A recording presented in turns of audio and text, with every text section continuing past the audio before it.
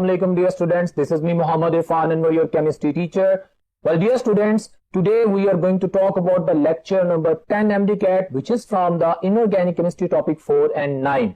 So आज हम इस लेक्चर के बारे में पढ़ते हैं और देखते हैं कि आज कौन कौन से टॉपिक्स हमने देखने हैं. So let's move to the whiteboard. जी तो डियर स्टूडेंट्स, सबसे पहले हम आज देखेंगे कोर्स आउटलाइन कि आज के लेक्चर में हमने कौन कौन से टॉपिक पढ़ने हैं. आप व्हाइट बोर्ड पे देख सकते हैं, आपके सामने स्लाइड शेयर की गई है जिसमें आपके सामने टॉपिक्स हैं. हमारे पास compounds of nitrogen and sulphur, उसमें हमने पढ़ना है नाइट्रोजन के फर्टिलाइजर्स को और फर्टिलाइजर से एसोसिएटेड हर चीज को. इसी तरह presence of the sulphur dioxide in atmosphere, इसके हवाले से हमारे बात करेंगे. Manufacturing of the sulphuric acid, very important point, इसको भी पढ़ना है. उसके बाद sulphuric acid as a dehydrating and oxidising agent, ये जो दो केमिकल प्रॉपर्टीज हैं इनको पढ़ेंगे, आप देख सकते हैं. इसी तरह टॉपिक 9 इनऑर्गेनिक केमिस्ट्री जो कि एनवायरमेंटल केमिस्ट्री से एसोसिएटेड है, उसके बारे में हम पढ़ेंगे, आप देख सकते हैं. एयर पोल्यूटेंट्स क्या होते हैं, chemistry and the cause of the acid rain और ओजोन एंड द क्लोरोफ्लोरोकार्बन्स. सो आज हम इनके बारे में बात करेंगे. सबसे पहले आप देखें व्हाइट बोर्ड पे मैंने आप लोगों के लिए प्रेजेंट किया है. फर्टिलाइजर्स को पढ़ना है, नाइट्रोजन के कंपाउंड्स में फर्टिलाइजर्स को पढ़ना है. तो सबसे पहले जानेंगे what are the fertilisers. My dear students, this is MDCAT lecture. हमने जो भी वर्ड आ गया है कोर्स आउटलाइन में उससे रिलेटेड हर चीज को ओवरव्यू जरूर करना है. Fertiliser is any material which increases the soil's fertility. हम जानते हैं कि जमीन पे डिफरेंट क्रॉप्स को कास्ट किया जाता है और वो जब भी ग्रो करती हैं तो जमीन के अंदर कुछ न्यूट्रिएंट्स लाजमी होने चाहिए ताकि उनकी ग्रोथ अच्छी हो सके. तो अब जो सॉइल है उसमें अगर वो न्यूट्रिएंट्स मौजूद नहीं है या कम है तो ऑफ कोर्स प्लांट्स की ग्रोथ डिस्टर्ब होगी. एक इमर्जिंग पॉपुलेशन एरिया है, वहां पे डिमांड बहुत ज्यादा है. जो भी सीरियल्स हम ग्रो करना चाह रहे हैं, हम चाहते हैं कि वो प्रोडक्शन ज्यादा हो, तो फिर हम सॉइल में कुछ मटेरियल्स डालते हैं जो कि न्यूट्रिएंट्स को पूरा करते हैं, जिससे सॉइल की फर्टिलिटी बढ़ जाती है और हमारे पास अच्छी क्रॉप आती है. सो फर्टिलाइजर्स को डिफाइन करने के बाद मैं जो न्यूट्रिएंट्स हैं जो रिक्वायर्ड होते हैं उनको दो हिस्सों में क्लासिफाई करता हूं, जैसा कि आपकी बुक में भी है. बाज कंपोनेंट्स बहुत ज्यादा अमाउंट में चाहिए होते हैं, एलिमेंट्स जो कि सॉइल में मौजूद है बहुत ज्यादा अमाउंट में चाहिए होते हैं, उनको बोलते हैं मैक्रो न्यूट्रिएंट्स. आप देख सकते हैं मैक्रो न्यूट्रिएंट्स की अमाउंट 5 किलोग्राम टू 200 किलोग्राम पर एकड़ चाहिए होती है. स्टूडेंट्स, हमारे पास nitrogen, phosphorus, potassium, calcium, sulphur, ये सारे मैक्रो न्यूट्रिएंट्स हैं. टेक्निकली इंपॉर्टेंट पॉइंट याद रखिएगा कि मैक्रो न्यूट्रिएंट्स जो कि अमाउंट हमने याद कर ली 5 किलोग्राम टू 200 किलोग्राम पर एकड़ लाजमी चाहिए होते हैं. अगर ये कम हो तो हमारी क्रॉप मुतासिर होती है, डिस्टर्ब होती है, और अगर ज्यादा हो तो कोई नुकसान नहीं होता. मैक्रो न्यूट्रिएंट्स की कमी से, डेफिशिएंसी से प्रॉब्लम्स आती हैं, लेकिन अगर वो ज्यादा हो तो कोई प्रॉब्लम नहीं आती. Got it. अब दूसरा देखें माइक्रो न्यूट्रिएंट्स. जैसा कि आप जानते हैं आपके पास जिंक है, आयरन है, कॉपर है, बोरोन है, ये आपके पास जो बुक में लिखे हुए हैं. Micro nutrients they are required in little amount. किस अमाउंट में देखें, जस्ट 6 ग्राम टू 200 ग्राम्स पर एकड़. 6 ग्राम टू 200 ग्राम पर एकड़. अच्छा, इनके बारे में अहम पॉइंट, अगर इनकी डेफिशिएंसी होगी ऑफ कोर्स क्रॉप मुतासिर होगी, नुकसान होगा, और अगर ये ज्यादा होंगे सॉइल में तो भी नुकसान होगा, क्योंकि माइक्रो न्यूट्रिएंट्स के ज्यादा और कम होने से दोनों सूरतों में हमारा जो प्लांट मैकेनिज्म है वो डिस्टर्ब होता है. सो जब फर्टिलाइजर्स पढ़ रहे हैं, फर्टिलाइजर्स को डिफाइन कर दिया, मैक्रो न्यूट्रिएंट्स के बारे में जान लिया, माइक्रो न्यूट्रिएंट्स के बारे में जान लिया, तो उनके इफेक्ट्स और उनकी अमाउंट कितनी चाहिए होती है, उनके ज्यादा होने से कम होने से क्या फर्क पड़ता है, ये तमाम चीजें एमडीकैट के क्वेश्चंस में पूछी जाएंगी, आपको पता होनी चाहिए. अब हम बात करते हैं फर्टिलाइजर्स की. नाइट्रोजन के फर्टिलाइजर्स पढ़ने से पहले कि क्वालिटीज क्या होनी चाहिए गुड फर्टिलाइजर्स में. एमडीकैट में क्वेश्चन आया हुआ है, देखिए मैंने पॉइंट्स लिखे हैं कुछ आप लोगों के लिए. भाई चीप होने चाहिए ताकि ऑर्डिनरी फार्मर इसको परचेज कर सके और वो उसको जो प्रोडक्शन है उसकी बढ़ोतरी के लिए यूज कर सके. सस्ता होना चाहिए फर्टिलाइजर. आप देख सकते हैं इजी टू स्प्रेड, मतलब उससे मतलब स्प्रेड करना हो, फसलों में स्प्रे करना हो, फैलाना हो, स्प्रेड करना हो. स्प्रे एक टेक्निकल वर्ड, स्प्रे में तो मशीन्स की भी यूटिलिटी आ जाती है.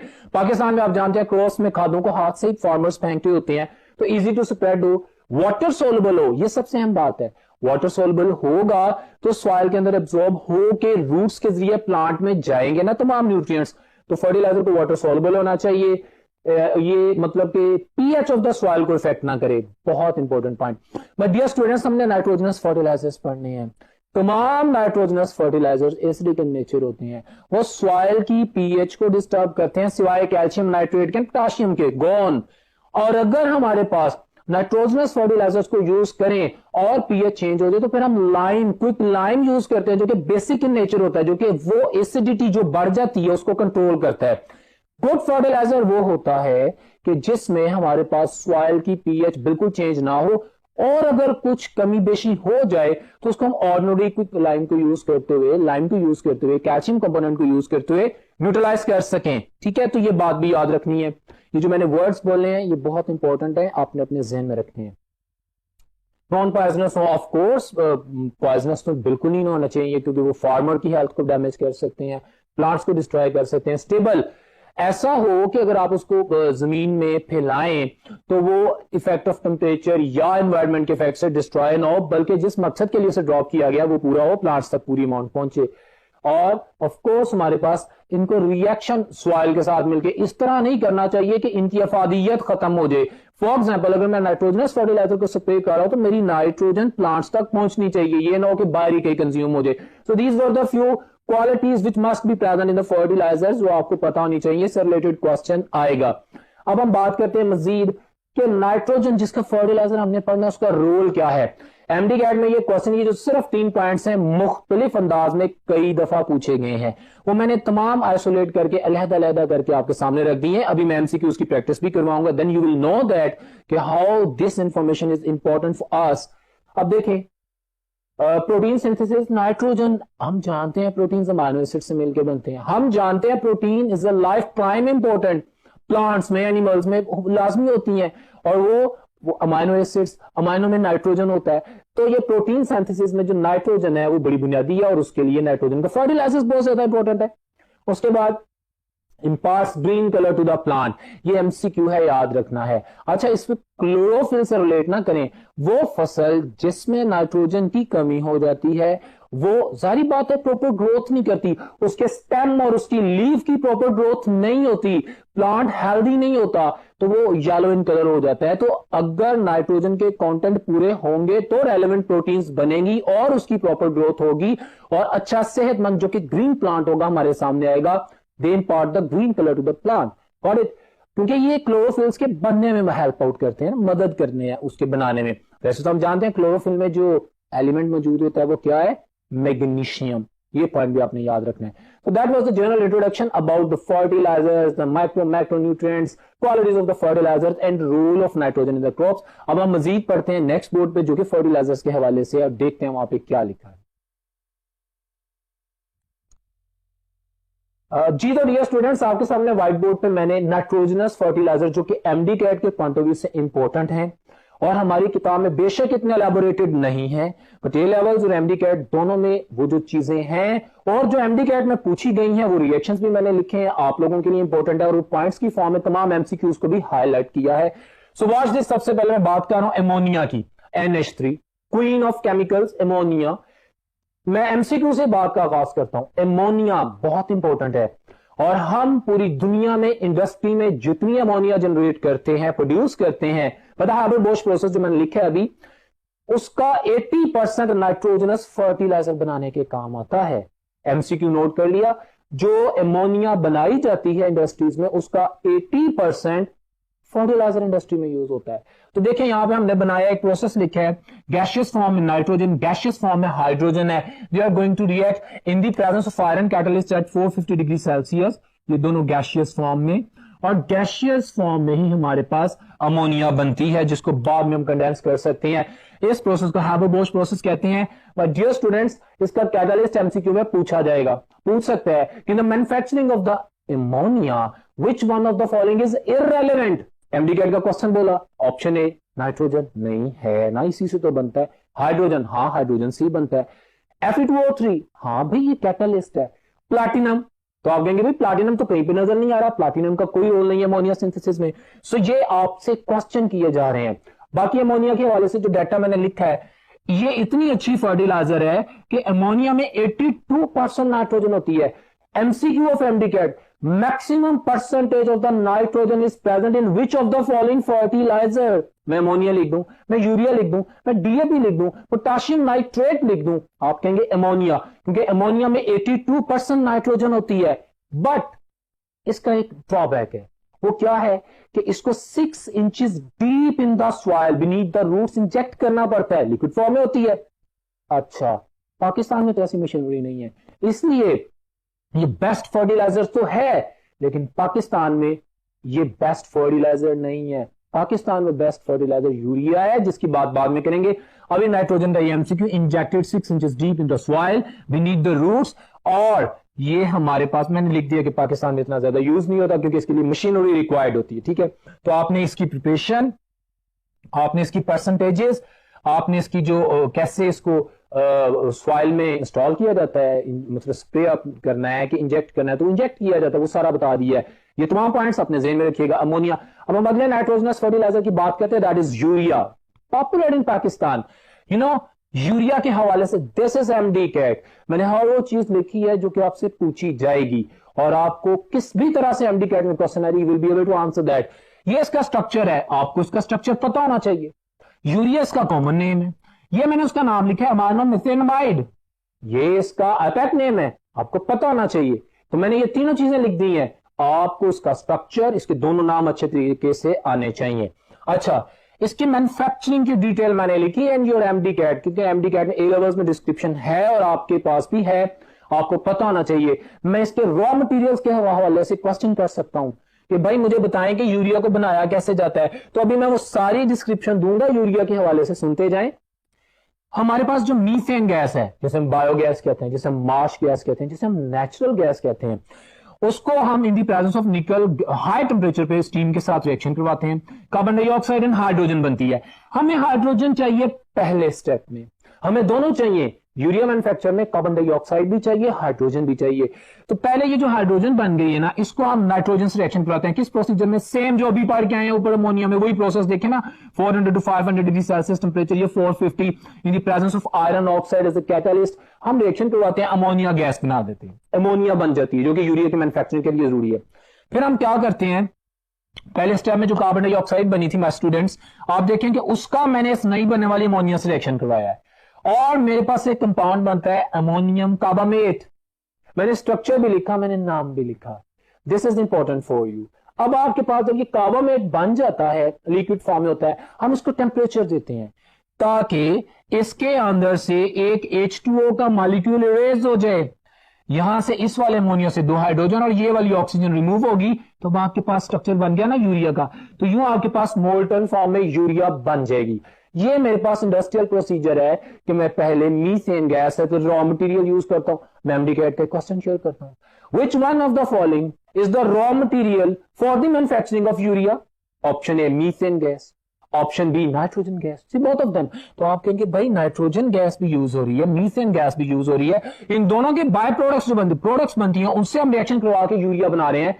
सो इन तमाम इक्वेशंस को आपके सामने रखने का सिर्फ ये मकसद है कि सवाल किसी भी तरह से पूछ ले, you must be confident enough to answer that. Okay, अब देखें, जब हीट अप करते हैं यूरिया बन जाती है। पॉइंट्स देखें मैंने आप लोगों के लिए हाईलाइट किए हैं। तो concentration of the urea solution हम इवेपोरेट कहते हैं, टेम्परेचर देते हैं, इंक्रीज कहते हैं। वो जो ज्यादा वाटर है वो उड़ जाए, ठीक है, इससे हम 99.7% प्योर यूरिया हासिल कर लेते हैं। अब होती है मोल्टन फॉर्म में। अगर मोल्टन फॉर्म में किसी फार्मर को यूरिया दे दी जाए, लेट्स सपोज इमेजिन ऐसा होता नहीं है, तो उसको किस तरह स्प्रेड करेगा, हर प्लांट तक, पूरी जमीन तक वो किस तरह स्प्रेड करेगा? तो हम फिर करते हैं प्रिलिंग। प्रिलिंग मींस के स्मॉल स्मॉल स्मॉल जर्रात दाने बनाते हैं।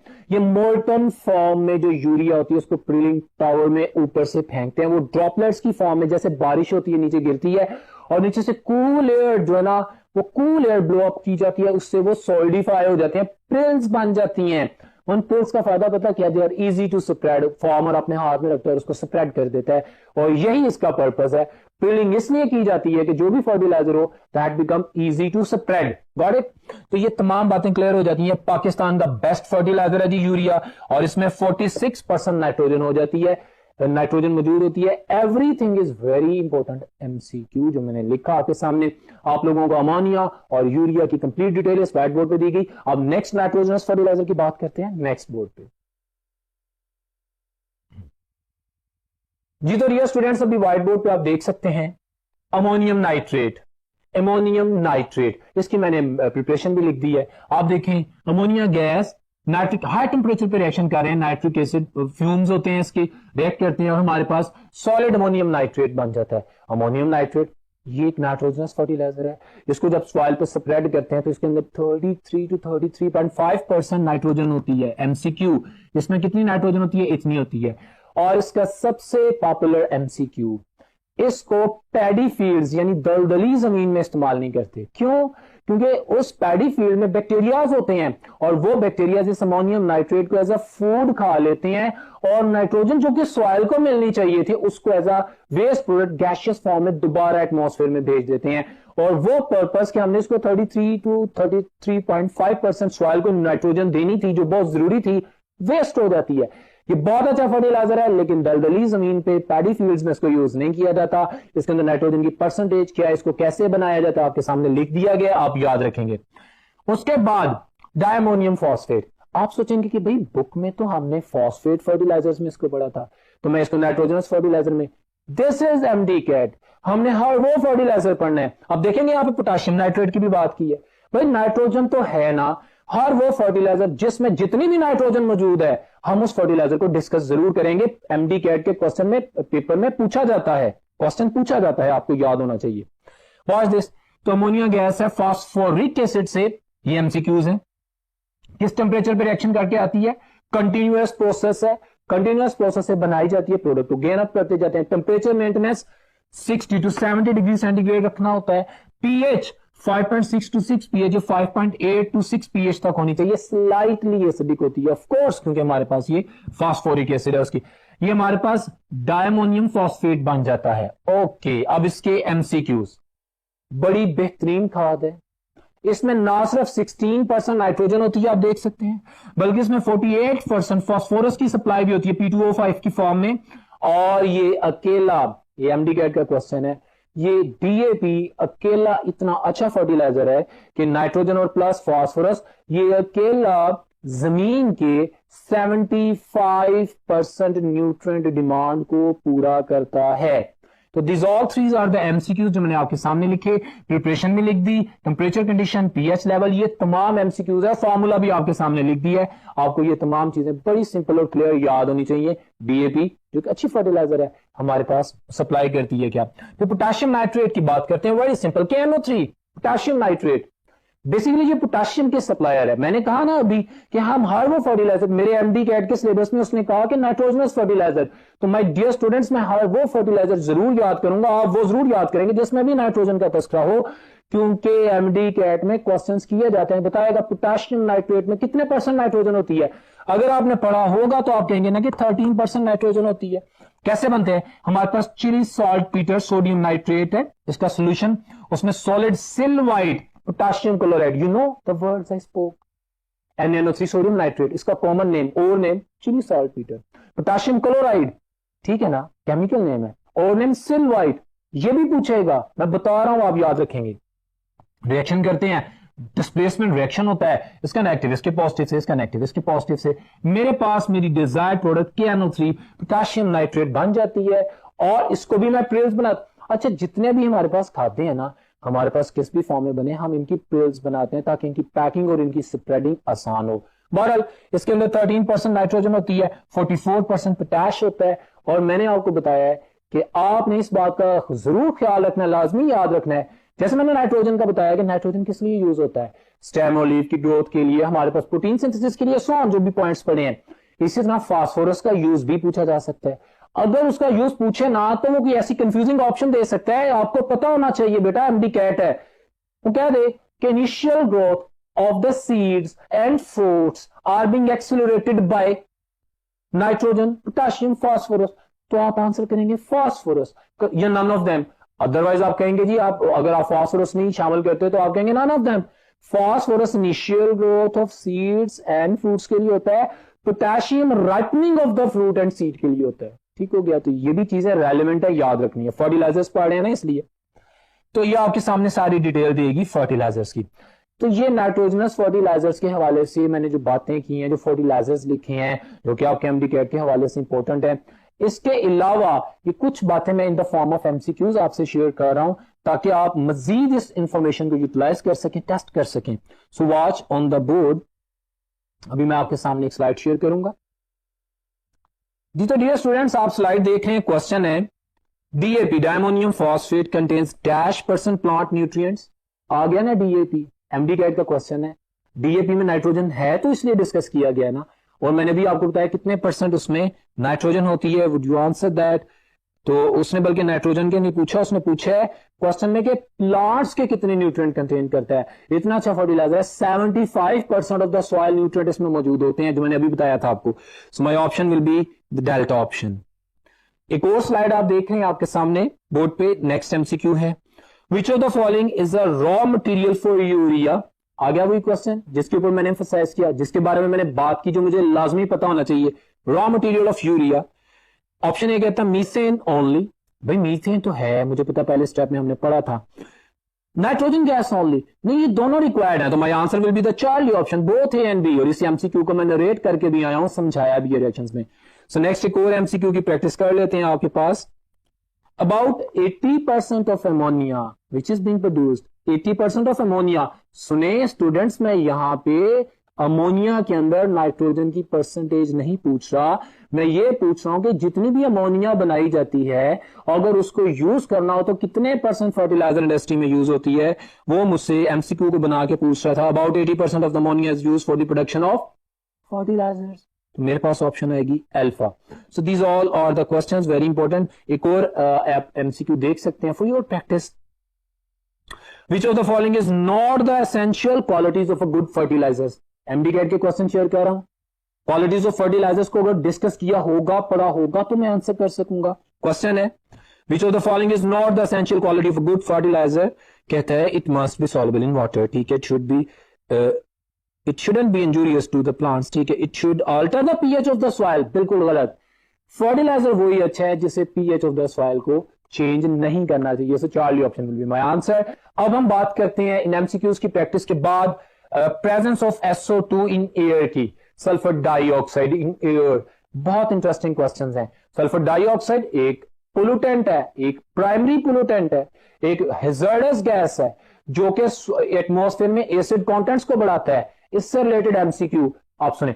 एक तो हम सल्फर को बर्न करते हैं इंडस्ट्रीज में, हम सल्फ्यूरिक एसिड की प्रिपरेशन करते हैं, वहां पे भी ये एलिमिनेट होती है। तो देखिए मैंने वो सारे सोर्सेज के एयर में किस तरह आती है वो बता दी है।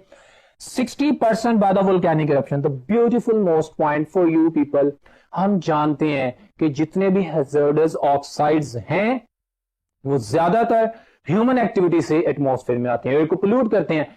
लेकिन my dear students, sulphur dioxide वो वाहिद पोल्यूटेंट है कि जो नेचुरल फिनोमिनन से ज्यादा आता है एटमॉस्फेयर में। और वो देख सकते हैं आपके 67% by volcanic eruption in air. 67% natural phenomenon volcanoes होते हैं, उनमें से जो रिएक्शन चल रहे होते हैं। आपको पता है, यहां पे एक और पॉइंट याद रखिएगा, जब वोल्केनिक इरप्शन होती है ना, तो वहां पे SO2 गैस भी निकलती है। 67% याद हो गया, बहुत रिलेटेड बात कर रहा हूं, एमडी कैट में क्वेश्चन भी आते हैं। इसके अलावा HCl भी निकलता है, हाइड्रोक्लोरिक एसिड गैस भी निकलती है।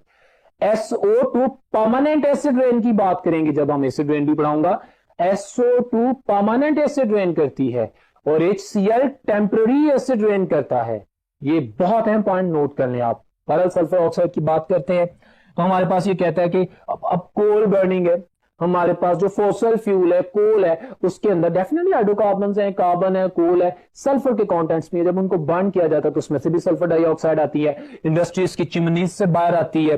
ये स्ट्रांगली एसिडिक in नेचर होती है। और हमारे पास ऑफ कोर्स जब सल्फ्यूरिक एसिड को एक्सपोज ऑफ किया जाता है, रिएक्शन करता है, आपने रिएक्शंस ऑफ सल्फ्यूरिक एसिड पढ़े हुए हैं, तो इसकी बाय प्रोडक्ट के तौर पर SO2 गैस सामने आती है। तो ये तमाम पॉइंट्स आपने अपने जहन में रखने हैं कि सल्फर डाइऑक्साइड कौन सी गैस है, strongly acidic, highly acidic, dangerous है। ये एसिड डेपोजिशन करती है, चाहे सॉलिड फॉर्म में चाहे liquid form, in the form of rain, snow, fog और in the form of smoke, reducing smoke में ये यूज होती है। तो ये बड़ी डेंजरस गैस है। ये हमारे पास वोल्केनो से आती है, कोल बर्निंग से आती है और ये एक बड़ा जबरदस्त पोल्यूटेंट है। इसके सोर्सेस को डिस्कस करते हैं और अब हम चलते हैं नेक्स्ट बोर्ड पर, देखते हैं वहां पे क्या है। जी तो डियर स्टूडेंट्स, अभी आप इस बोर्ड पे देख रहे हैं sulphuric acid, the king of chemicals. हमारे एमडी कैट के सिलेबस में इसका तस्करा किया गया है और इसको हमने इसकी प्रिपरेशन भी पढ़नी है और इससे रिलेटेड चीजें भी। सो सबसे पहले आप देखेंगे मैंने सल्फ्यूरिक एसिड H2SO4 का स्ट्रक्चर भी बनाया है, इसे किंग ऑफ केमिकल्स भी कहते हैं। क्यों? क्योंकि ये वो केमिकल है जो हर इंडस्ट्री में यूज होता है, हर इंडस्ट्री में, बस वाई फूड इंडस्ट्री के। तो ये पॉइंट भी याद रखना, भी इसके बारे में बात करते हैं। बट डियर स्टूडेंट्स, इसकी मैन्युफैक्चरिंग के हवाले से हमारे पास बात है। सल्फ्यूरिक एसिड को लेड चैम्बर प्रोसेस से भी बनाया जाता है और कॉन्टैक्ट प्रोसेस से भी। हमारे सिलेबस में कॉन्टैक्ट प्रोसेस है। लेड चैम्बर वो प्रोसेस है जिसमें quantity of the sulphuric acid is greater, ज्यादा अमाउंट बनती है लेकिन क्वालिटी इतनी अच्छी नहीं होती। जबकि कॉन्टैक्ट प्रोसेस जो कि हमारे सामने है, जिसको मैं अभी एक्सप्लेन करूंगा, जो कि आपके सामने प्रेजेंट किया गया, ये वो प्रोसेस है कि जिसमें हमारे पास क्वालिटी बहुत अच्छी बनती है। सो देखते हैं कॉन्टैक्ट प्रोसेस से कैसे सल्फ्यूरिक एसिड को बनाया जाता है। सबसे पहले तो आप ये देखें कि हमारे पास केमिस्ट्री में एक साइंटिस्ट थे नीस्क, ये जो है इन्होंने इसको बनाया था, प्रोसीजर को इंट्रोड्यूस करवाया था। इसमें हमने क्या करना है, हमें सल्फर डाइऑक्साइड गैस चाहिए, उससे हम प्रोसीड करते हुए कॉन्टैक्ट प्रोसेस के जरिए सल्फ्यूरिक एसिड को बनाते हैं। वो हम कैसे करते हैं, आप देखें हमारे पास फर्नेस है, या तो हम प्योर सल्फर सॉलिड फॉर्म में लें, उसको बर्न करें, सल्फर डाइऑक्साइड गैस बना लें, या ये जो देख सकते हैं आयरन सल्फाइड, जिसे हम फूल्स गोल्ड भी कहते हैं, FeS2 को फूल्स गोल्ड भी कहते हैं क्योंकि it appear like gold but this is not gold. इसको बर्न करें। बहरहाल इनकी बर्निंग से प्राइम ऑब्जेक्टिव है हमारे पास कि सल्फर डाइऑक्साइड गैस बने। अब जब फर्नेस में सल्फर डाइऑक्साइड गैस बन जाती है, हमने industrially quality sulphuric acid produce करना है, उसके लिए हमें प्यूरिफाइड फॉर्म में सल्फर डाइऑक्साइड गैस चाहिए। तो क्या करते हैं हम लोग, purification of the sulphur dioxide करते हैं। इसके देखें DCS डैट 6 स्टेप है, प्यूरिफिकेशन जो यूनिट है उसके 6 स्टेप है। हर एक स्टेप MCQ है एमडी कैट का, गौर से सुनिएगा, मैंने पॉइंट्स पे लिख दिए, मैं एलैबोरेट भी कर रहा हूं। सबसे पहले डस्ट चैम्बर, हमारे पास जो फर्नेस में से बर्न होके प्रोड्यूस होके सल्फर डाइऑक्साइड गैस आई है, उसमें रॉ मटेरियल भी शामिल है और उसके साथ different oxides, different dust particles, different material शामिल है। तो हम सबसे पहले डस्ट चैम्बर में उसको रिमूव करते हैं in with the presence of steam.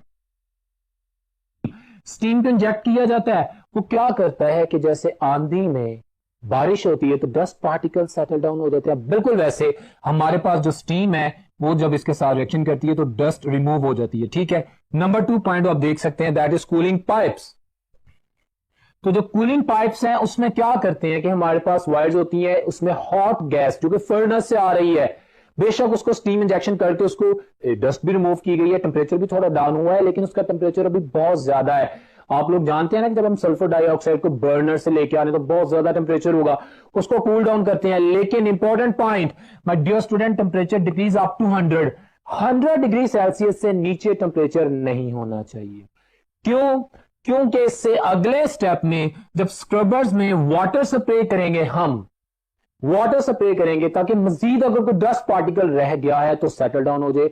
अगर तो सल्फर डाइऑक्साइड का टेम्परेचर 100 डिग्री सेल्सियस से नीचे हुआ तो सल्फर डाइऑक्साइड और वाटर का रिएक्शन हो जाएगा और 100 डिग्री सेंटीग्रेड या इससे ऊपर रिएक्शन होगा, टेम्परेचर होगा तो SO2 वाटर में डिसॉल्व नहीं होगी। अगर SO2 वाटर में डिसॉल्व होगी तो सल्फ्यूरस एसिड बन जाएगा। हम ये नहीं बनाना चाह रहे, हम सल्फ्यूरिक एसिड बनाना चाह रहे हैं। सो ये बड़ा अहम पॉइंट है जो कि आपने याद रखना है कि स्क्रबर में कूलिंग पाइप्स में टेम्परेचर 100 डिग्री सेल्सियस होगा और स्क्रबर में फिर वो वाटर के साथ रिएक्शन नहीं करेगी। ठीक है।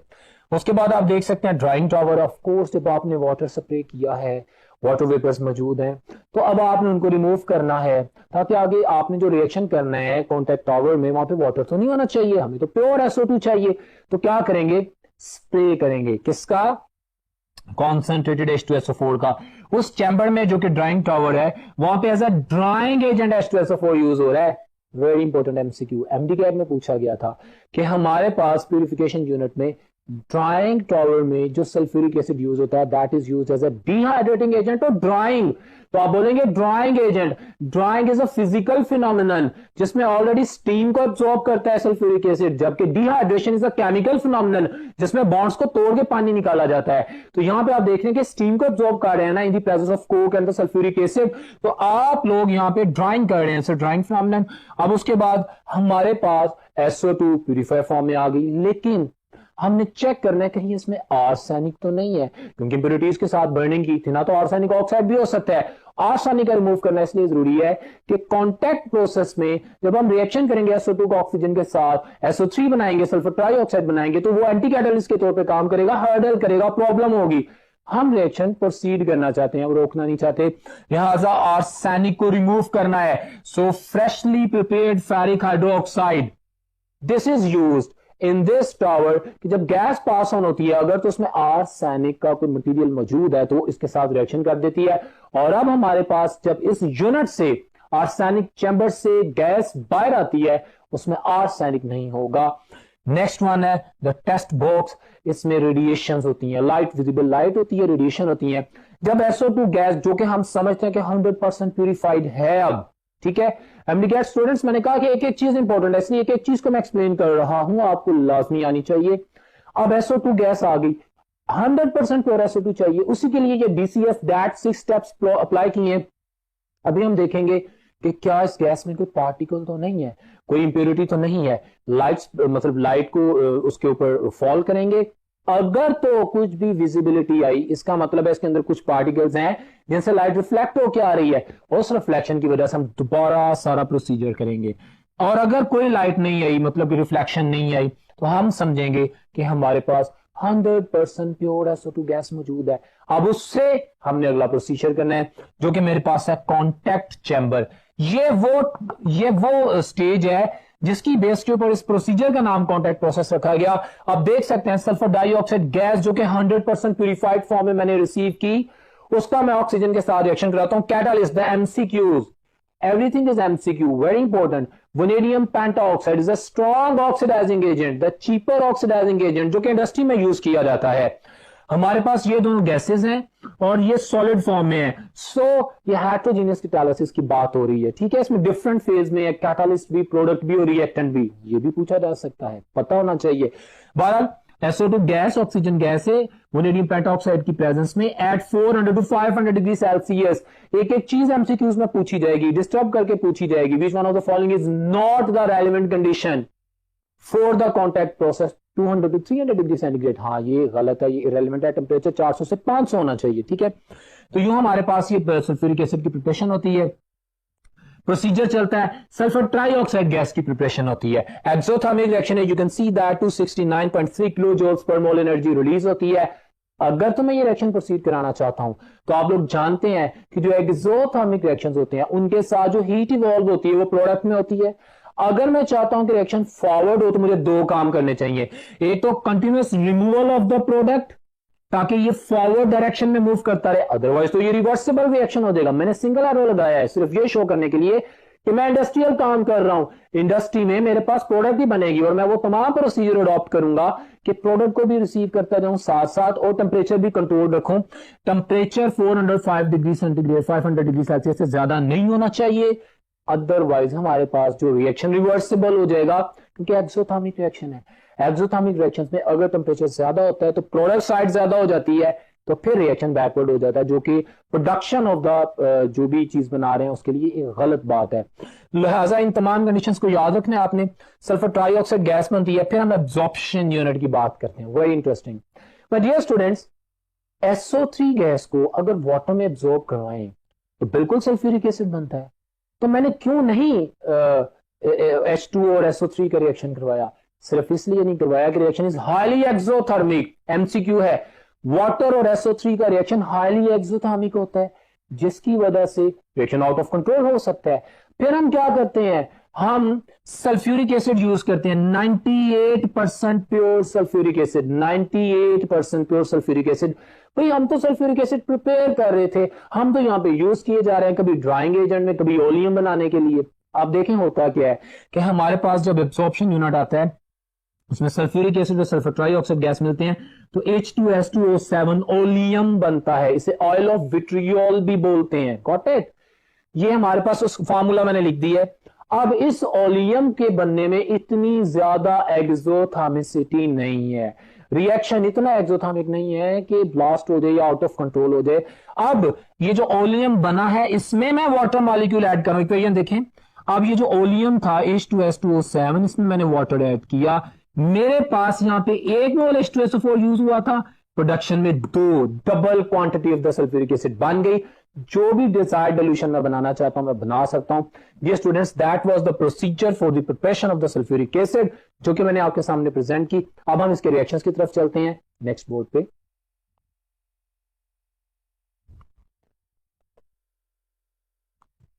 जी तो डियर स्टूडेंट, सल्फ्यूरिक एसिड की preparation through the contact process, जिसमें बेटर क्वालिटी सल्फ्यूरिक एसिड हमने हासिल किया, उसके तमाम यूनिट्स पढ़े, प्यूरिफिकेशन यूनिट पढ़ा, उसमें क्या क्या चीजें यूज होती हैं वो तमाम क्वेश्चंस भी अंडरस्टैंड किए।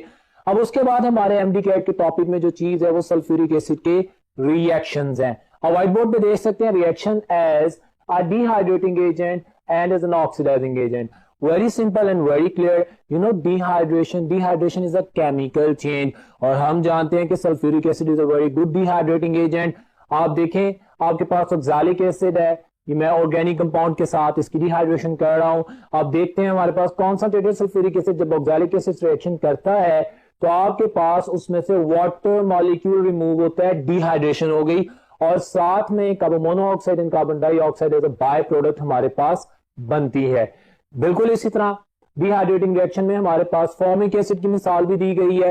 You know, formic acid the simplest carboxylic acid. ऊपर जो मैंने ऑक्सैलिक एसिड पढ़ाया that was the simplest dicarboxylic acid, ये सिंपलेस्ट मोनोकार्बोक्सिलिक एसिड है। कॉन्संट्रेटेड H2SO4 इसमें से भी वाटर मॉलिक्यूल रिमूव कर देगा, एज अ डिहाइड्रेटिंग एजेंट काम करेगा, और आप देखते हैं कार्बन मोनोऑक्साइड गैस बनेगी।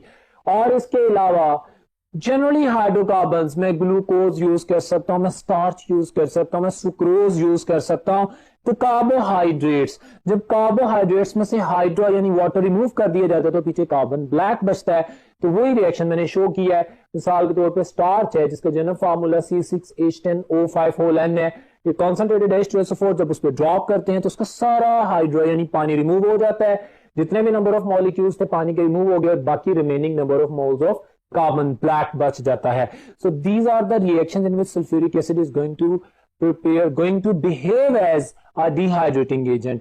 अब हम बात करते हैं as an oxidizing agent। ये मैंने 3 डिफरेंट टाइप्स लिख दी हैं क्योंकि डिहाइड्रेटिंग हम जानते हैं ना कि सल्फ्यूरिक एसिड बहुत ज्यादा रिएक्टिव है, इसकी वास्ट वैरायटीज हैं।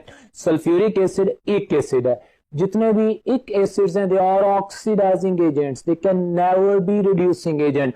मिसाल के तौर पे आपसे एमडी कैट में क्वेश्चन पूछ ले कि which one of the following is a reducing agent? Option A sulfuric acid, option B phosphoric acid, option C nitric acid, option D none of them। तो आप कहेंगे none of them is reducing agent क्योंकि एक acids में maximum oxygen मौजूद होती है। बिल्कुल इसी वजह से हम अभी सल्फ्यूरिक एसिड पढ़ रहे हैं, तो ये ऑक्सीडाइजिंग एजेंट है। लेकिन नॉन मेटल कार्बन के साथ मैंने रिएक्शन शो की है, सल्फ्यूरिक एसिड इसके साथ रिएक्शन करता है, कार्बन डाइऑक्साइड बनती है और साथ में सल्फर डाइऑक्साइड गैस भी बनती है। एमडी कैट में इस इक्वेशन का भी क्वेश्चन पूछा जाता है कि हमारे पास कार्बन का तो ऑक्साइड बन गया, इसने कार्बन को तो ऑक्सीडाइज कर दिया, साथ में बाय प्रोडक्ट्स में कौन सी गैस बनेगी? तो आपने याद रखना सल्फर डाइऑक्साइड गैस बनेगी। ये भी एमडी कैट के क्वेश्चंस में आता है। सो सिंपल है, ऑक्साइड कर दिया इसको। बिल्कुल इसी तरह मैंने H2S के साथ रिएक्शन किया है। हम जानते हैं एडिशन ऑफ ऑक्सीजन या रिमूवल ऑफ हाइड्रोजन या removal of electron, they all are the definitions of oxidation. मैंने तीनों डेफिनेशंस बोली। यहां पे एडिशन ऑफ ऑक्सीजन की ऑक्सीडेशन रिएक्शन है, यहां पे रिमूवल ऑफ हाइड्रोजन होगी, -2 से सल्फर 0 पे आ गया, इंक्रीज इन ऑक्सीडेशन स्टेट भी हो गई, हाइड्रोजन भी रिमूव होगी, साथ में सल्फर डाइऑक्साइड वाटर मॉलिक्यूल बन गया। तो this is a reaction in which it is behaving as an oxidising agent. But dear students, MDCAT में क्वेश्चन करेगा, वो डिफरेंट इक्वेशंस दे देगा, इक्वेशंस देके पूछेगा identify that equation in which sulphuric acid is behaving as a dehydrating agent. तो आपको choose करना होगा, डिहाइड्रेटिंग की एग्जांपल भी आपको दे दी।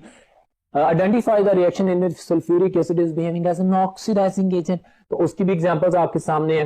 बिल्कुल इसी तरह HBr, तो आपके ज़हन में आएगा HBr भी एसिड है, H2SO4 भी एसिड है। तो हम ऑर्गेनिक केमिस्ट्री में पढ़ के आए हैं ना कि H2SO4 और नाइट्रिक एसिड दोनों स्ट्रॉन्ग एसिड है, उन दोनों का रिएक्शन करते हैं जब हम नाइट्रोनियम आयन बनाते हैं। याद है ना नाइट्रेशन ऑफ द अल्केन्स में? तो भाई 2 स्ट्रॉन्ग एसिड्स हैं, ठीक है दोनों एसिड्स हैं, लेकिन जब एक स्ट्रॉन्ग एसिड आ जाए तो दूसरा उसका कंपैटिबल वीक हो जाता है। यहां पे ये एज एन एसिड बिहेव करेगा और यहां पे इसकी एज अ रिएजेंट काम होगा, ब्रोमीन फ्री हो जाती है, -1 और 0 इंक्रीज इन ऑक्सीडेशन स्टेट हो जाती है, साथ में सल्फर डाइऑक्साइड और वाटर बनता है। So that was about the sulphuric acid. जो लेक्चर में मैंने पढ़ाया कि सल्फ्यूरिक एसिड क्या होता है, उसका स्ट्रक्चर क्या होता है, उसकी प्रिपरेशन कैसे की जाती है, उसकी इंडस्ट्रियल प्रिपरेशन में यूनिट्स कौन कौन से यूज होते हैं, बर्नर के बाद प्यूरिफिकेशन यूनिट में क्या क्या पॉइंट्स आते हैं, फिर हमारे पास जो एब्जॉर्प्शन यूनिट है उससे पहले जो कांटेक्ट प्रोसेस होता है वो क्या होता है, फिर रिएक्शंस जो हमारे एमडी कैट के सिलेबस में। अब मैं कुछ एमसीक्यूज की प्रैक्टिस करूंगा for your understanding. Watch on the board. My dear students, अभी आप इस वक्त व्हाइट बोर्ड पे क्वेश्चन देख रहे हैं। When concentrated sulphuric acid is treated with the ethanol, sulphuric acid act as ethanol ethyl alcohol. हम जानते हैं जब 180 डिग्री सेंटीग्रेड पर इथाइल अल्कोहल के साथ सल्फ्यूरिक एसिड रिएक्शन करता है या 140 पे करता है तो 180 पे अल्कीन बनती है, 140 पे ईथर्स बनते हैं। ये भी मैं चीजें शेयर कर रहा हूं, ऑर्गेनिक में आपने पढ़ी है, मैंने पढ़ाया आपको। अच्छा, जब आप लोगों के पास ये रिएक्शन होता है तो वाटर मॉलिक्यूल एलिमिनेट होता है, तो इस रिएक्शन को क्या बोलेंगे? हमारे पास sulphuric acid is behaving as a dehydrating agent. Charlie option आपके सामने है।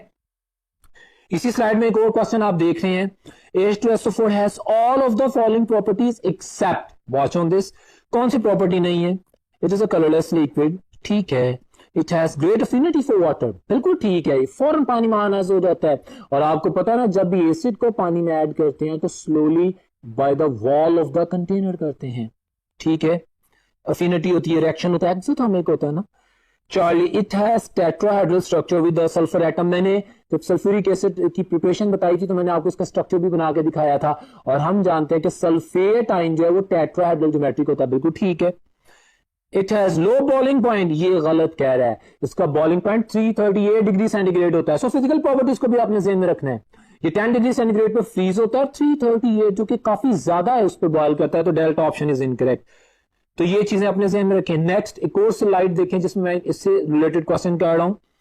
Sulphuric acid H2SO4 is commercially prepared by the contact process. Yes, we know that all of the following purification units with their functions are correctly matched except। अब वो जो purification units में मैंने आपको chemistry बताई थी उसको ध्यान में रखिएगा, और जो मिसमैच है, जो कि इररिलेवेंट है, जो करेक्ट नहीं है, उसको चूज करते हैं। ये एमडी कैट का क्वेश्चन है, तो मैंने आपके सामने प्लेस किया हुआ है।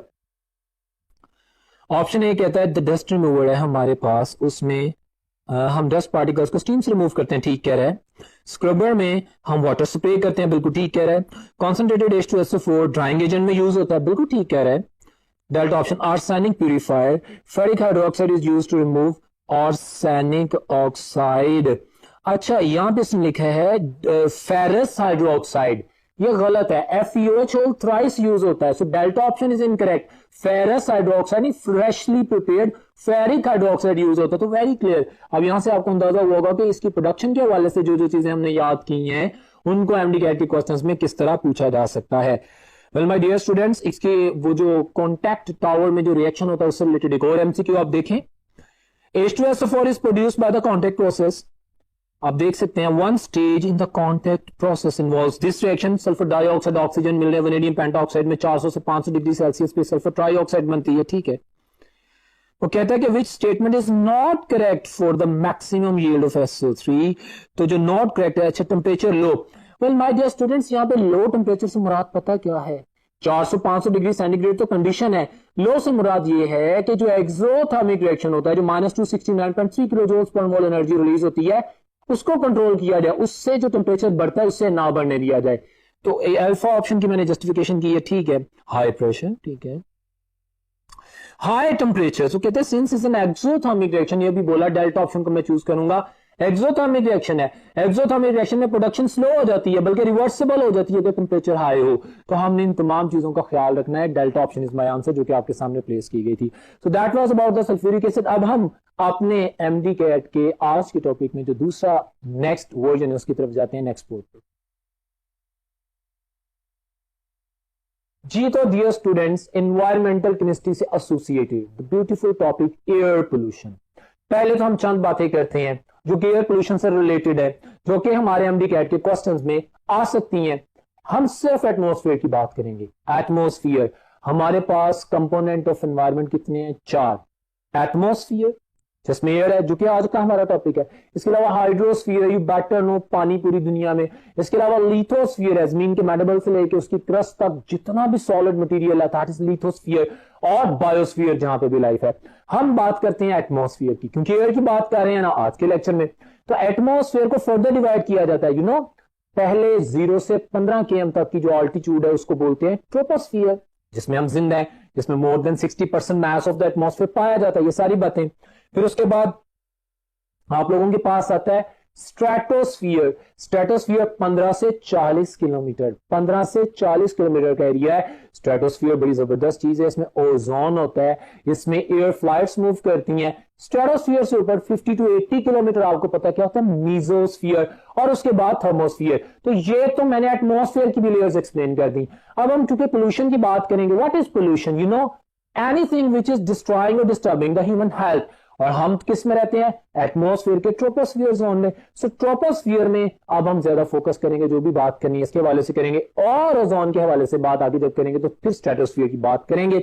अभी हम एयर पोल्यूशन की बात करें, पोल्यूटेंट्स हर वो चीज जो ह्यूमन हेल्थ को मुतासिर करे, लाइफ को डिस्टर्ब करे, that is pollution. My dear students, pollutants दो तरह के होते हैं, primary pollutants and secondary pollutants. अब व्हाइट बोर्ड पे देख सकते हैं, मैंने लिखा है pollutants given out from the chimneys, industrial effluents, motorbike engine से, साइलेंसर से, जो डायरेक्टली एटमॉस्फेयर में आए और हेल्थ को डिस्ट्रॉय करें, डैमेज करें, डिस्टर्ब करें, they are called as primary pollutants. Clear हो गया? और वो पोल्यूटेंट्स जो प्राइमरी पोल्यूटेंट्स के मिलने से बने और फिर ह्यूमन हेल्थ के ऊपर एडवर्स इफेक्ट करें, the pollutants which are formed by the combination of the different reactions of the primary pollutants, they are called as secondary pollutants। ये मैंने दो डेफिनेशंस लिखी, वाज़ेह की। उसके बाद आप देख सकते हैं मैंने व्हाइट बोर्ड पे एग्जांपल्स लिखी हैं। इनको लिखने की रीजन है, आपके एमडी कैट के पेपर में बेतहाशा क्वेश्चन किए जाते हैं, वो आपको डिफरेंट ऑप्शन देता है और कहता है बताओ इनमें प्राइमरी पोल्यूटेंट कौन सा है, इनमें सेकेंडरी पोल्यूटेंट कौन सा है। तो students can get confuse. So that's why मैंने ये वर्किंग आप लोगों के लिए की है, आप लोग याद रखेंगे। और इसमें मैंने मेंशन किया उन तमाम पोल्यूटेंट्स को जो आपके पेपर में पूछे गए हैं, कंफ्यूजिंग, एचएफ, ओजोन, इसके हवाले से क्लैरिटी। अब देखें, मैं प्राइमरी पोल्यूटेंट्स की बात करता हूं तो कार्बन मोनोऑक्साइड प्राइमरी पोल्यूटेंट है। Ammonia, queen of chemicals, primary pollutant है, याद रखिएगा, सवाल में आता है। नाइट्रोजन के oxide, NOx, and nitric oxide, NO, या नाइट्रोजन डाइऑक्साइड जो कि ब्राउन कलर की गैस होती है, प्राइमरी पोल्यूटेंट्स, बर्निंग से डायरेक्ट। वोलेटाइल ऑर्गेनिक कंपाउंड्स जिनको हम हाइड्रोकार्बन्स भी कहते हैं, they are primary pollutants, they directly come into the air और पोल्यूट करते हैं। सल्फर के oxides, SO2, SO3, sulphur dioxide, trioxide, acidic, इनकी बातें पढ़ते हैं अभी, ये प्राइमरी पोल्यूटेंट्स हैं। और डेफिनेटली हमारे पास जो रेडियो एक्टिव डिके से मटेरियल्स एटमॉस्फेयर में आते हैं, they are also primary pollutants, क्योंकि वो जैसे ही आते हैं, चाहे वो अल्फा बीटा गामा रेडिएशंस हो, वो directly going to effect the human health. तो ये आपने याद रखना है कि प्राइमरी पोल्यूटेंट्स हैं। सेकेंडरी पोल्यूटेंट्स में hydrogen fluoride, HF, secondary pollutant है। H2SO4, HNO3 जो कि एसिड रेन का बायस बनते हैं, सेकेंडरी पोल्यूटेंट्स हैं। तो ये HF secondary pollutant, H2SO4 secondary, HNO3 secondary. पर ऑक्सीएसिटाइल नाइट्रेट, पैंस, ये हमारे पास सेकेंडरी पोल्यूटेंट है, क्योंकि ये प्राइमरी पोल्यूटेंट्स के मिलने से बनता है। बिल्कुल इस तरह स्मोग हमारे पास एक सेकेंडरी पोल्यूटेंट है, क्योंकि प्राइमरी पोल्यूटेंट्स के मिलने से बनता है। एसिड रेन का भी यही सीन है। सो ozone, the very important thing जिसमें बच्चा कंफ्यूज होता है, मैंने बता दिया, ozone is a secondary pollutant. Pollutant, yes, my dear student, ozone is pollutant if it is in troposphere.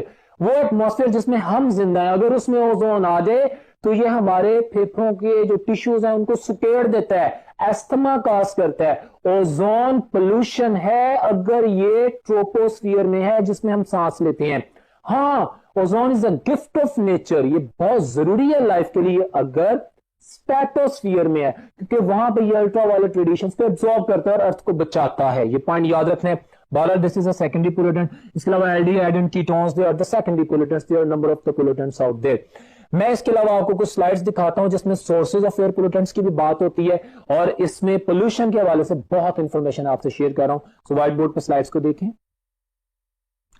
जी जरिए स्टूडेंट्स, अभी आप एक स्लाइड देख रहे हैं व्हाइट बोर्ड पे जिसमें मैंने एक टेबल बनाया हुआ है जो कि एयर पोल्यूटेंट्स को डिस्क्राइब कर रहा है। जो मैंने बातें अभी की, अब हम जानना चाहते हैं कौन कौन से एयर पोल्यूटेंट्स हैं, कैसे प्रोड्यूस होते हैं, उनके क्या इफेक्ट्स होते हैं। तो स्लाइड आपके सामने है।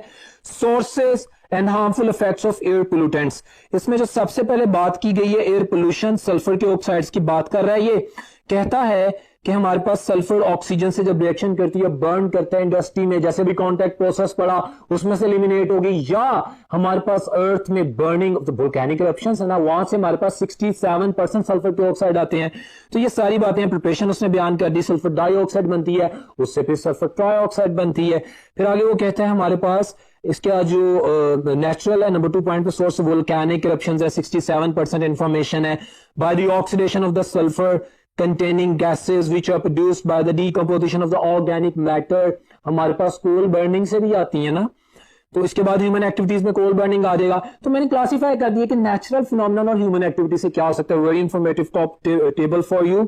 उसके बाद हमारे पास प्रॉपर्टीज की बात करते हैं। इनकी पंजेंट कलर होता है, स्मेल होती है, पंजेंट स्मेल होती है इनकी, वेरी इरिटेंट होती है और ये एसिडिक होती है इन नेचर। हार्मफुल इफेक्ट्स वो बता रहा है। सल्फर के पोल्यूटेंट्स की बात करें तो कहता है कि हमारे पास sulphur oxides form sulphate aerosols through various reaction in the atmosphere. हम जानते हैं कि sulphur aerosol cause severe respiratory problem, हमारे जो ट्रैकियल सिस्टम है उसको डिस्टर्ब करते हैं।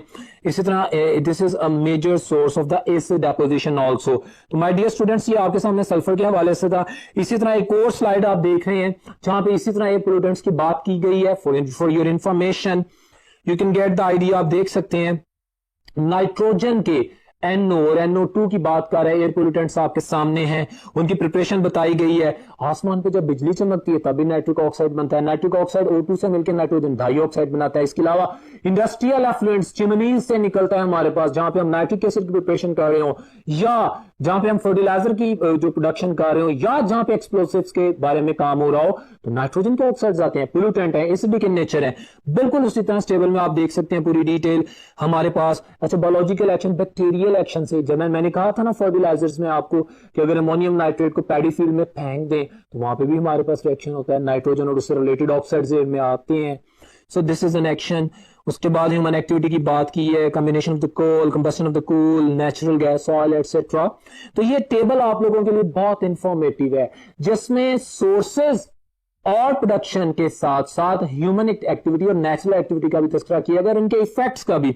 मिसाल के तौर पे ये ज्यादा इंपॉर्टेंट है। हार्मफुल इफेक्ट्स आप देख रहे हैं टेबल में। Oxide of the nitrogen in the presence of oxygen react with water to produce HNO3, acid rain का बायस बनता है। इसके अलावा ये जो नाइट्रोजन के ऑक्साइड है हमारे पास एसिटाइल नाइट्रेट्स की मैन्युफैक्चरिंग में भी रोल प्ले करते हैं। सो ये सारी बातें एयर पोल्यूशन के हवाले से आपके सामने प्लेस की गई हैं फॉर योर इंफॉर्मेशन। अब डियर स्टूडेंट्स, मैं कुछ बात करूंगा MCQs की, जो कि एयर पोल्यूशन के हवाले से जो मैंने आपको लिटरेचर बताया है, डिस्कशन की है, उससे रिलेटेड MDCAT में जो क्वेश्चन आते हैं। So great working for you people so that you can get the idea. आप एक स्लाइड देख सकते हैं। क्वेश्चन है, which of the following is the main chemical in the air pollution that does not create acid rain. मैंने कहा sulphur की oxide acid rain करते हैं, नाइट्रोजन की एसिड रेन करते हैं, वो कौन सा है जो एसिड रेन में इन्वॉल्व नहीं है? ऑप्शन दिए है SO2, बीटा नाइट्रोजन के oxide, charlie carbon monoxide. So my answer is the charlie. You know carbon monoxide is neutral to litmus. इसके अलावा सुन ले, कार्बन डाइऑक्साइड जब पानी से मिलती है तो कार्बोनिक एसिड ही बनाती है, लेकिन कार्बन डाइऑक्साइड अगर पानी में डिसॉल्व हो तो वो जो रेन होती है वो अनपोल्यूटेड रेन होती है, क्योंकि उसकी pH लेस देन 5 नहीं होती। ये भी बड़ा अहम पॉइंट आपने याद रखना है। सो कार्बन का कोई भी ऑक्साइड एसिड रेन में रोल प्ले नहीं करता।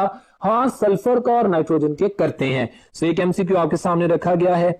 उसके बाद आप एक और क्वेश्चन देख सकते हैं, मैंने आपके सामने प्लेस किया। In the atmosphere, SO2 and NO2 are transformed by the reaction with oxygen and water into sulfuric acid and nitric acid respectively. The acid get mixed with the और ये जो एसिड डेपोजिशन है rain के साथ मिलने के बाद उसको क्या कहते हैं? Option A wet rain snow and fog only. ये MDCAT का क्वेश्चन है, मैंने आप लोगों के सामने रखा है। हाँ, वेट डेपोजिशन भी होती है एसिड रेन की फॉर्म में, स्नो की फॉर्म में, फॉग की फॉर्म में। ऑप्शन ए सही है। Beta option dry acidic deposition only, ये भी होती है। सो अगर मैं ऑप्शन देखूं तो charlie option, both A and B is my answer. ये दोनों फॉर्म में, ड्राई और वेट की फॉर्म में एसिड डिपॉजिट होता है। तो ये आपके सामने स्लाइड रखी गई जिसको आप अंडरस्टैंड कर सकते हैं। एक और क्वेश्चन हमारे इसी रिटन डाटा पे जो मैंने टेबल में आपको बताया, जो मैंने बोल के सिखाया, because this is important MDCAT lecture, इसकी प्रैक्टिस करते हैं। क्वेश्चन है, the percentage of the sulphur dioxide produced by the volcanic eruption. कितना बताया था मैंने? 67%. So option alpha is my answer. Option alpha. Sulphur का ऑक्साइड वो वाहिद ऑक्साइड है जो नेचुरल एक्टिविटी से एटमॉस्फेयर में ज्यादा आता है और ह्यूमन एक्टिविटी से कम आता है। 67% फ्रॉम द वोल्केनोज आता है, ये पॉइंट याद रखिएगा।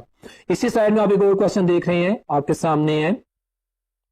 The biggest source of acid rain is the oxide of, you know, सबसे ज्यादा स्ट्रॉन्ग एसिड कौन बनाता है और सबसे ज्यादा एटमॉस्फेयर में नेचुरल एक्टिविटी से हर वक्त कौन सा ऑक्साइड जाता है?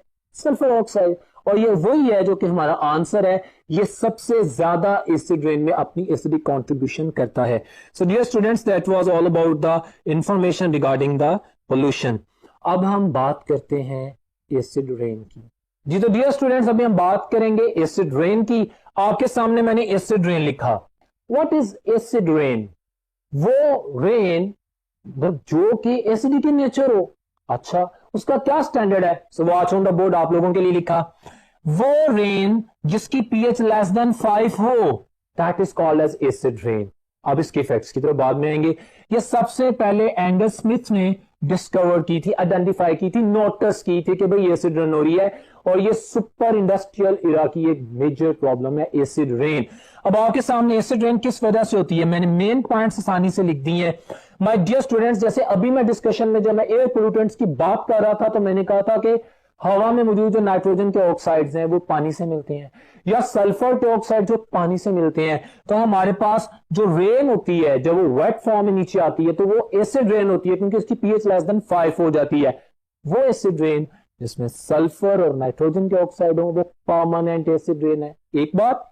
दूसरी, वो एसिड रेन जिसमें कार्बन डाइऑक्साइड है वो एसिड रेन नहीं है, वो अनपोल्यूटेड रेन है, ठीक है। तो तीसरी बात, ACl प्लस H2O। ये HCl प्लस H2O मैंने क्यों लिखा, इंपॉर्टेंट पॉइंट है। जब वोल्केनिक इरप्शंस होती हैं तो सल्फर के साथ HCl गैस भी एटमॉस्फेयर में आती है। अगर वो HCl है तो एसिड पानी में डिसोल्व हो जाए तो उससे जो एसिड रेन होती है उसे परमानेंटली, उसे टेम्परेरी एसिड रेन कहते हैं। ये मैंने पॉइंट्स इलैबोरेट कर दी हैं। अब एसिड रेन ये मैंने carbon dioxide plus water, unpolluted rain water कहा है। Very important information, basic information. अब मैं कुछ बातें बोलता हूं। एसिड रेन हर चीज को मुतासिर करती है, लिविंग ऑर्गेनिजम्स को, प्लांट्स को, एनिमल्स को, स्ट्रक्चर्स को, बिल्डिंग्स को, मेटल्स को, सॉइल को। किस तरह? सॉइल पे गिरेगी एसिड रेन तो उसकी लीचिंग कर देगी, उसके अंदर इंपॉर्टेंट जो न्यूट्रिएंट्स हैं उनको रिमूव कर देगी। स्टूडेंट्स, ये आपसे पूछा जाएगा, लीचिंग फिनोमेनन। एसिड रेन अगर जैसे ताजमहल है वहां पे गिरती है, हमारे पास कैल्शियम कार्बोनेट का बना ना संगमरमर मार्बल, तो बेसिक नेचर उसके साथ रिएक्शन करती है, उसकी टार्निशिंग कर रही है, उसकी व्हाइट सरफेस को येलो कर रही है, उसके साथ रिएक्शन कर रही है। इसके अलावा अदर बिल्डिंग मटेरियल जो है उनके अंदर जो कंपाउंड है उनके ऊपर आप इमेजिन करें डाइल्यूट एसिड अगर गिरेगा तो डेफिनेटली डिस्ट्रक्शन होगी। एनिमल स्किन, इसके अलावा water sources, lakes, rivers slightly acidic बन जाएंगे, हमारे पास प्लांट्स डिस्ट्रॉय होंगे। तो एसिड रेन के बहुत ज्यादा एडवर्स इफेक्ट है। मजीद एसिड रेन के बारे में मैं कुछ पॉइंट स्लाइड्स की फॉर्म में आपके सामने शेयर कर रहा हूं, देखें। डियर स्टूडेंट्स, अभी आप अपने सामने एक स्लाइड देख रहे हैं। उस स्लाइड में मैंने आपसे देखें ये बड़ी क्लियर बातें की हैं, ये सारी समरी एसिड रेन से एसोसिएटेड शेयर की है। Chemistry and cause of acid rain. अब इसमें पहला टेबल देख रहे, इंट्रोडक्शन किया गया, जो मैंने बातें बोली हैं, जिसकी pH लेस देन 5 होती है, ये एंगस स्मिथ ने डिस्कवर की थी। बेसिक इसकी डिटेल बता दी कि इसकी pH जो है ना अनपोल्यूटेड रेन वाटर की वो 5.6 से कम नहीं होती। पोल्यूटेड रेन वाटर क्या होता है, जिसे हम एसिड रेन कहते हैं, अनपोल्यूटेड क्या होता है, वो तमाम बातें जो मैंने अभी बोली लिख दी। फिर उसके बाद उसने काजेस बताई हैं। हमारे पास जो ऑक्साइड्स यूज हुए हैं, मैंने जो अभी बोला कि नाइट्रोजन के ऑक्साइड, सल्फर के ऑक्साइड अपना रोल प्ले करते हैं, और कार्बन डाइऑक्साइड, अगर सिर्फ कार्बन डाइऑक्साइड होगी तो वो अनपोल्यूटेड रेन वाटर होगा। एमसीक्यू है, याद रखिएगा। फिर आप तीसरे टेबल में बाद में देख सकते हैं प्रिपरेशन ऑफ द एसिड्स कैसे बनते हैं। हम जानते हैं हवा में वाटर है, रेन है, उसका पानी है, तो वो वही बातें जो रिपीट हो रही हैं। मेरे पास कार्बन डाइऑक्साइड कार्बोनिक एसिड बनाती है जो कि इतना पोल्यूटेड नहीं होता, बार बार बता रहा हूं। हाँ, सल्फर के ऑक्साइड सल्फ्यूरिक एसिड बनाते हैं, सल्फ्यूरस एसिड बनाते हैं, नाइट्रिक एसिड बनता है, नाइट्रोजन के ऑक्साइड से नाइट्रस एसिड बनता है। तो ये सारी बातें जो मैंने बोली हैं आपके सामने डाटा की फॉर्म में, और एंड में है हार्मफुल इफेक्ट्स। अब ये वन बाय वन पढ़ ले, जो वो डिटेल जो मैंने आपको बताई है, फॉर योर अंडरस्टैंडिंग आपके लिए मोर देन सफिशिएंट है। सो this is a table in which you can get the maximum information, plus इसमें वो चीजें भी हैं जो मैंने यहाँ पे आप लोगों के लिए लिखी और बताई हैं। अब हम कुछ एमसीक्यूज की प्रैक्टिस करेंगे एसिड रेन के हवाले से। माय डियर स्टूडेंट्स, अभी आप अपने सामने एक एमसीक्यू देख रहे हैं। The pH range of the acid rain is alpha में 7 to 6.5 है, बीटा में 6.5 to 6 है। हम जानते हैं delta option is my answer less than 5। तो ये इंफॉर्मेटिव क्वेश्चन है। एसिड रेन की पीएच क्या होती है? लेस देन 5 होती है। आप आंसर कर सकते हैं। इसी स्लाइड में आप दूसरा क्वेश्चन देख रहे हैं, टेम्पररी एसिड रेन। आ गया ना वो क्वेश्चन HCl वाला, ये एमडी कैट में आया हुआ है क्वेश्चन, इसलिए मैंने डिस्कस किया था फॉर योर इन्फॉर्मेशन। और ये स्पेसिफिकली एमसीक्यू आप लोगों के लिए डिजाइन किए बाय स्टूडेंट्स, ताकि आपकी मैक्सिमम प्रिपरेशन हो। Temporary acid rain is in some countries due to the release of, मुझे बताएं, अभी मैंने बताया था किसके साथ? HCl के साथ। परमानेंट एसिड रेन में सल्फ्यूरिक एसिड होता है, नाइट्रिक एसिड होता है, टेम्पररी में HCl होता है। ठीक हो गया? तो ये भी याद रखना है। एक और स्लाइड देखें जिसमें क्वेश्चन है आपके सामने, एसिड रेन से एसोसिएटेड क्वेश्चन है, ताकि हम अपनी उस तमाम कैपेबिलिटीज को चेक करें। The pH of the unpolluted rain water is, बोला था, तो क्या ऑप्शन बनती है आपके सामने? Beta option 5.6। इससे नीचे नहीं होगा, इससे ज्यादा हो सकता है, बट 5.6 तक जो पीएच है that is unpolluted rain water. Clear है?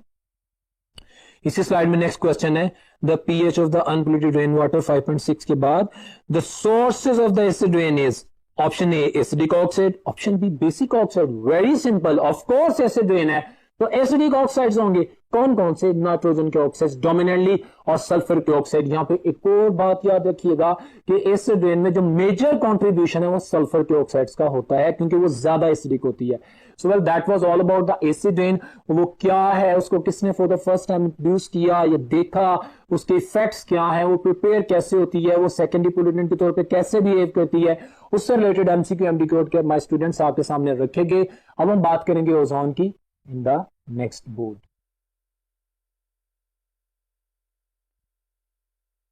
Well, dear students, ozone, O3, the second allotropic form of oxygen, बड़ी जबरदस्त चीज है और हार्मफुल भी है और ह्यूमन फ्रेंडली भी है। ये दोनों वर्ड समझिएगा।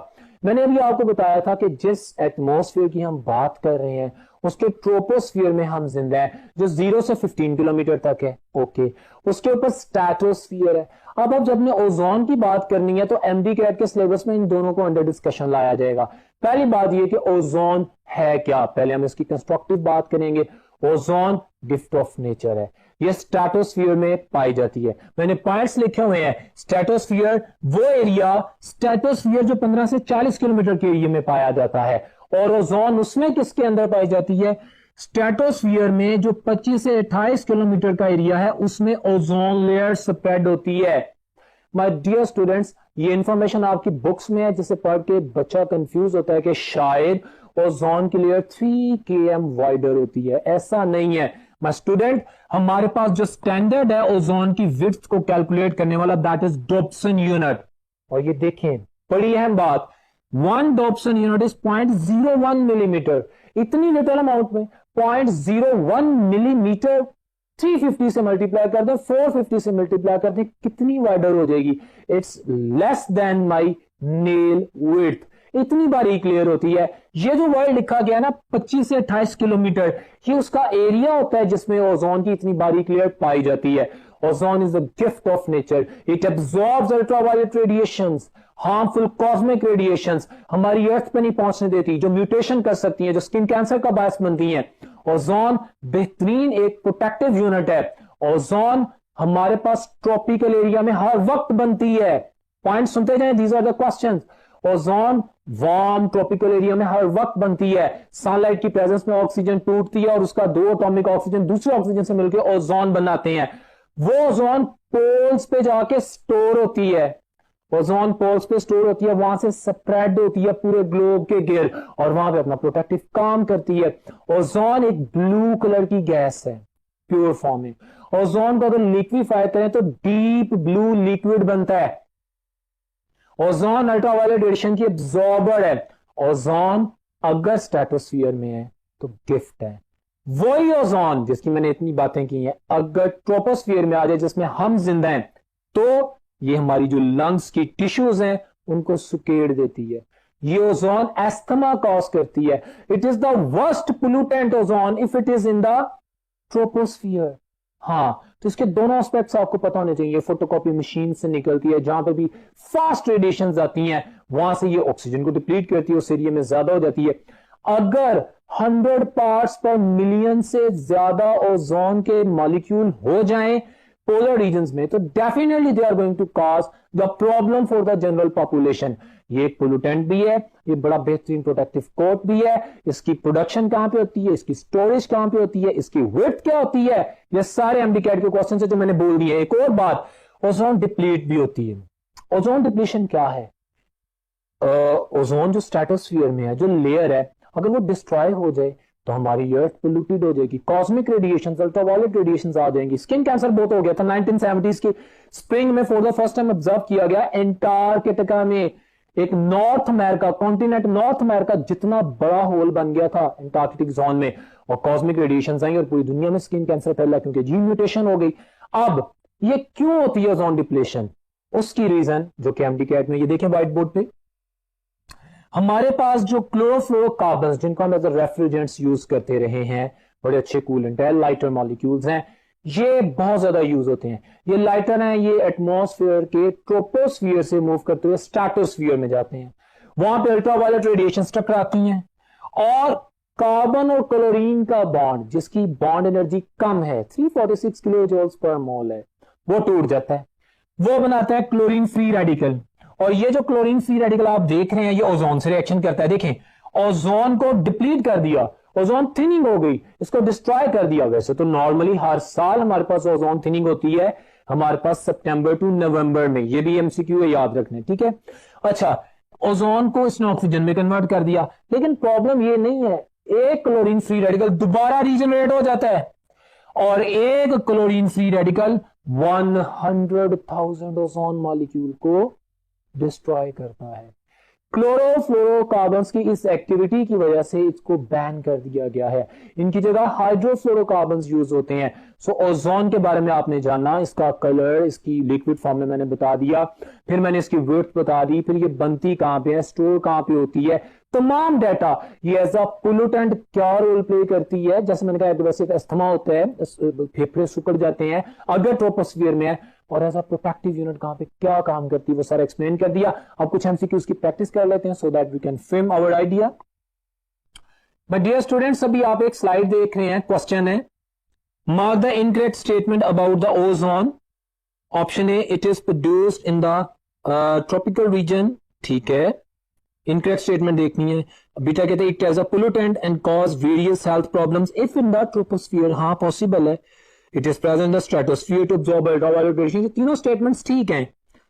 It depletes every year during September to December. My students, मैंने अभी आपको कहा था ये कब होती है, सितंबर से नवंबर में होती है। सो ये डेल्टा ऑप्शन इनकरेक्ट हो गई। इसकी देखें कितनी इंपॉर्टेंट माइनर सी चीज है, लेकिन आपके ज़हन में होनी चाहिए। इसी स्लाइड में दूसरा एमसीक्यू है, ओजोन डिप्लीशन यानी ओजोन होलिंग जो है takes place every year during September to November.